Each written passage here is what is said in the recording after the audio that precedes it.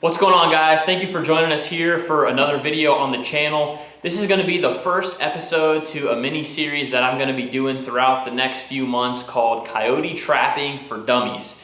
If you're here on the channel looking for the deer hunting videos, those are still going to be released every single week. We're just going to mix these coyote trapping videos in, like I said, throughout the fall and winter months as I'm hitting the trap line.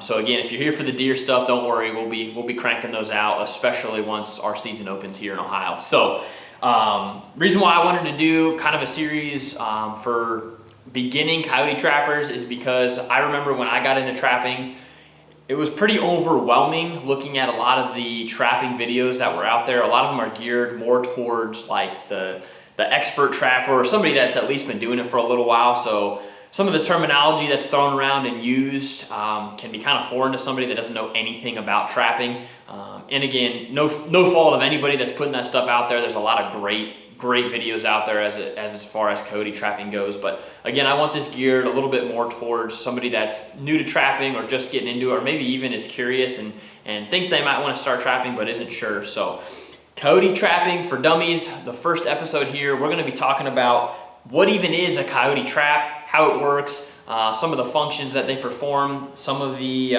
terminology that's used when talking about traps, hopefully make it a little bit easier on you when you get out there to the field. So this trap right here is exactly what I've used from day one, and I continue to use it now 4, 5, 6, 7 years into this thing. I don't even really remember how long. So this is what's called an MB 550.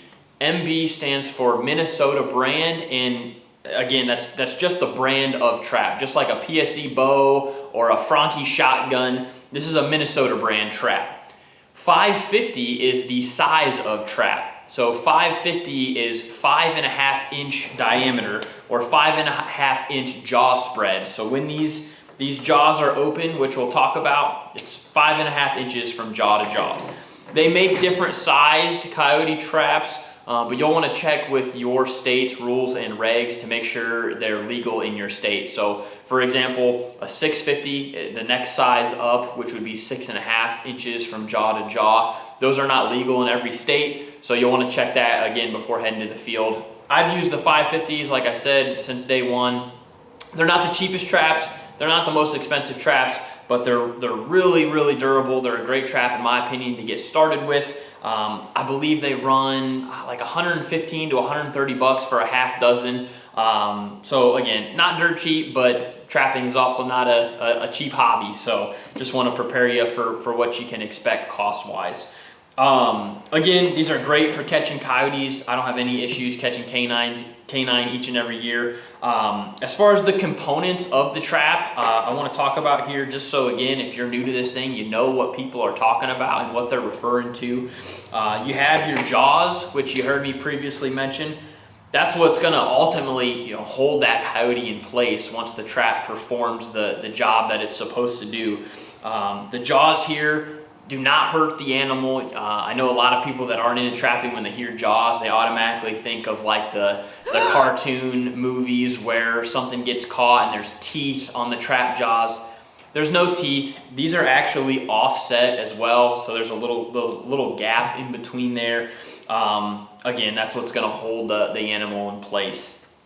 On either side, you're going to see two what we call levers. That basically keeps the jaws closed shut. So when that trap is laid open, the levers will be down. When the trap fires, the jaws close. The levers are also going to come up and keep that trap held in place, or keep those jaws held in place. So we got the jaws, we got the lever. In the middle here, this free floating piece is called the trap pan. That's what you hope the coyote steps on ultimately to make the trap do what it's supposed to do. That's what's going to allow the trap to fire and then ultimately hope you catch the animal. So that is what's called the trap pan. That's going to be basically set with what's called the dog mechanism. So this was the biggest thing I remember when I started trapping. I was fishing around online looking at different trapping videos, and people kept referring to the dog, the dog. I'm like, what the heck are these guys talking about?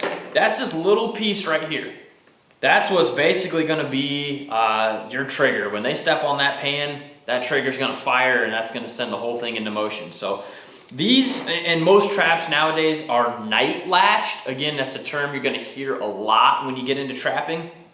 Simplest way to think about that is there's just a little notch carved into this dog that is going to allow the trap to snap into place, and you'll know at that point in time it's set, it's ready to rock, it's ready to fire. So that dog mechanism goes over top of your top jaw, and then you allow that pan to slip into that notch, and you're ready to go, you're ready to fire. Like I said, at that point in time, your trap is set. The last thing on the trap itself I wanted to talk about is actually on the bottom here. You're gonna notice there's 2 springs. So you can typically get your traps either 2 coil spring or 4 coil spring. Either will work for catching coyotes. I know a lot of guys will say you need 4 coil springs, you don't. The springs just are what ultimately gives the trap power, gives the trap speed when closing. 2 will get you by no problem. As you start getting into some ground that's maybe a little bit tougher, or you get freezing conditions in the winter, it's not a bad idea to have a 4 coil spring trap just to give that trap, like I said, a little more power to kind of break through the earth. But I trap with 2 coil spring traps all season long, and I don't have any issues. So those are the springs. Again, you can get 2 or you can get 4 typically. So that is the trap itself. Again, you got the jaws, you got the levers, you got the pan, you got the dog mechanism, and then the springs that we talked about. That's pretty much it. If you're gonna watch any other trapping videos and you hear them referring to any of those things, hopefully that'll help you out a little bit. So as far as the chain and what's gonna ultimately anchor this trap into the ground, there's a million different routes you can take when it comes to that. They typically come with what is called a swivel. It'll come with this swivel, which is just gonna allow that coyote, once he's caught, to twist and turn and jump and pull without doing so inside of the trap. So instead of his paw moving around in the trap or twisting and turning, it's hopefully gonna allow just the trap to turn so he stays right in place where he's been. Again, they usually come with 6 or 8 inches of chain and then another swivel. I then added about 1 foot of chain, a 3rd swivel, and then my anchor mechanism. This is what's called an earth anchor. Hopefully you guys can see this okay. There's different types of anchors you can use. I have found the earth anchors to work best for my system.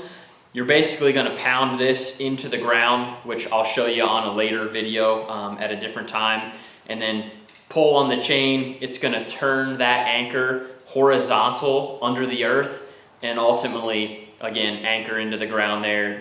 That coyote will be able to twist, turn, pull, jump, and he's not getting away, he's not going anywhere. So that is just a very basic, very simple trap setup. Again, Minnesota brand 550 is what I like to use. I am in no way affiliated with them whatsoever. I just really like their products. I usually order straight from their website. So again, coyote trapping for dummies. I hope I dumbed that down enough, no pun intended, for some of you new guys to maybe understand a little bit easier. Feel free to drop any comments, any questions. I absolutely love talking coyote trapping. I'd be more than happy to discuss anything with you. I'll even give you my phone number if you drop a comment or shoot us a message, and we can talk on the phone that way. So again, if you're looking at getting into trapping, I highly recommend it. It's a very fun endeavor. It can be very frustrating when you're new, which is what I'm hoping through these videos will kind of make that learning curve seem a little bit easier. The next episode, we're probably going to talk about how I prepare some of my traps to take them into the field. I use a process called waxing and dyeing, which you'll also hear a lot of people refer to. And I'm going to break that down in the next video for you guys, exactly how I do it and get them ready to go. So appreciate you guys joining us here on the channel. If you wouldn't mind hitting that like and subscribe button, we would greatly appreciate it. And for you deer guys, if you're still sticking around, you deer hunters watching this as the seasons continue to open across the United States, good luck out there, be safe, happy hunting, and we'll see you guys on the next video.